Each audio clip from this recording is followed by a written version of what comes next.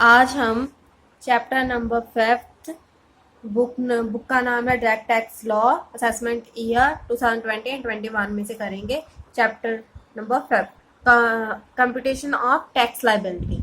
Okay, tax calculate करने के लिए डिफरेंट रेट्स हैं और एक टैक्स स्लैब है जिसके थ्रू हम कैलकुलेट करते हैं टैक्स। ओके, एक और जरूरी चीज़ है, बहुत इंपॉर्टेंट चीज़ है जो कैलकुलेशन ऑफ टैक्स में हेल्प करती है, रिबेट अंडर सेक्शन 87A। इसमें दो कंडीशंस है। दो कंडीशन क्या है कि जो पर्सन है वो तो एक तो प्रीवियस ईयर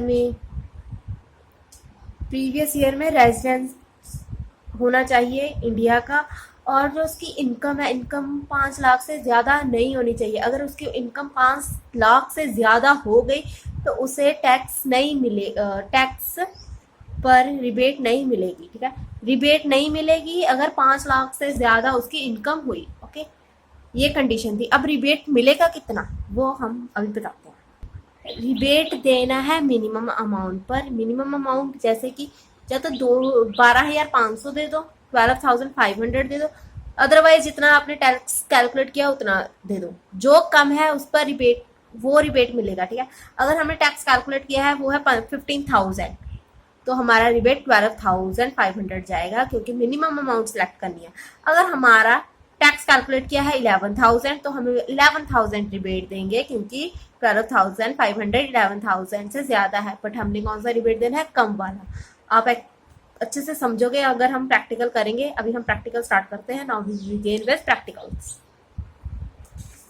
देखो, compute the tax liability of Mr. A of the assessment year 2020-21 if the total income is। ठीक है, उन्होंने कहा है कि टैक्स लाइबिलिटी कैलकुलेट करो अगर मिस्टर ए की जो टैक्स लाइबिलिटी है वो है 2,31,670।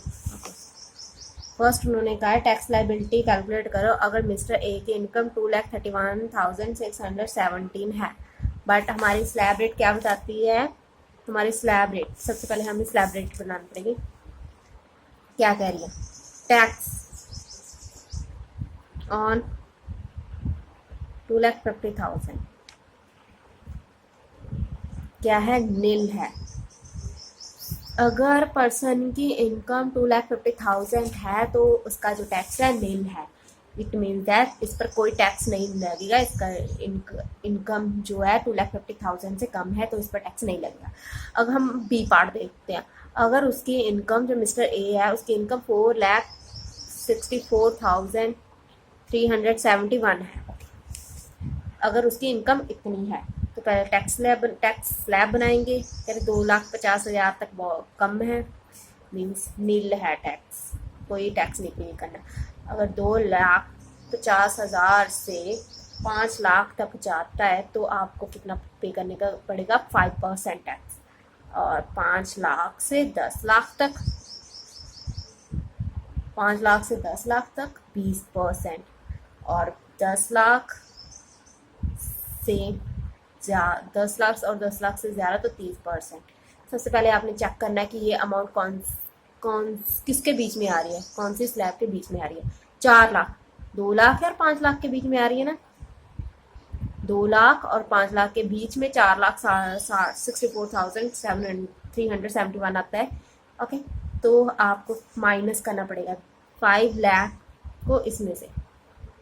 समझ आया? इन दोनों को माइनस कर दो, इन दोनों में माइनस कर दो। कितना आया? माइनस करने के बाद 35,629 का 5%।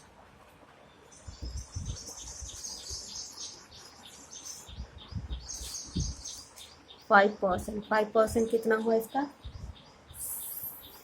781। इसकी इनकम 4,64,371 है। मीन्स इसकी इनकम 5 लाख से एक्सीड नहीं करी, मीन्स 5 लाख से ज़्यादा नहीं है। 5 लाख से कम वाले जिस पर्सन की इनकम होती है उसे क्या मिलता है? रिबेट। जिस पर्सन की इनकम 5 लाख से कम है उसे क्या मिलता है? Rebate. Under section 87A rebate कितना मिलता है? 12,500 जो टैक्स लाइबिलिटी है उन दोनों में से कम कौन सा है वो रिबेट मिलता है। कम क्या है? टैक्स लाइबिलिटी यहाँ पर हमारी। तो ये रिबेट मिल गया, रिबेट मिल गया तो इसकी टैक्स लाइबिलिटी अगेन निल, अगेन टैक्स लाइबिलिटी निल।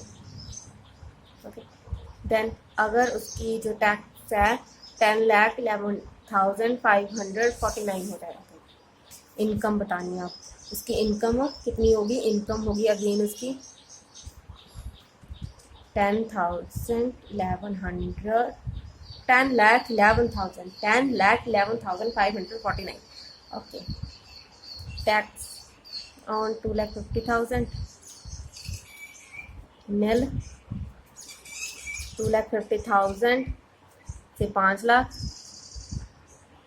5%, 5 लाख 10 लाख 20%, 20%, 10 लाख और मोर कितना है? 30%। अब ये देखने किस में आता है, कौन सी स्लैब में आता है? 10 लाख 10,11,549 कौन से स्लैब के बीच में आता है? 2 और 5 लाख में? नो। 5 और 10 लाख में? नो। 10 और ज़्यादा में, ठीक है, इसमें आता है। तो ये अमाउंट हम इससे सब्ट्रैक्ट करेंगे, ये अमाउंट आपस में तो सब्ट्रैक्ट हो नहीं सकती ना। इन दोनों को माइनस किया तो कितना आया? इन दोनों को 11,549, इस पर 30% लगाया, 30% लगा देना। और इन दोनों को माइनस किया 5 लाख, 5 लाख पर 20% लगा देना है। इन दोनों को माइनस किया 2,50,000, 2,50,000 पर 5% लगा देना है। इन दोनों को माइनस किया 2,50,000, इन दोनों को माइनस किया 5 लाख, इन दोनों को माइनस किया 11,550 के करीब। ओके, अब इनका रेट बताती हूँ। इसका रेट आया है 12,500, इसका 1 लाख,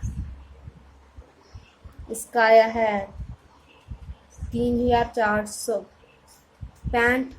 इनका टोटल किया 1,15,965। ठीक है, अब ये हमारा टोटल। अब देखो ये अमाउंट 5 लाख से ज़्यादा है, इसका मतलब ये है कि 5 लाख से ज़्यादा है तो रिबेट नहीं मिलेगा, रिबेट नहीं कैलकुलेट करेंगे, रिबेट कुछ नहीं है, इस लिखेंगे भी नहीं।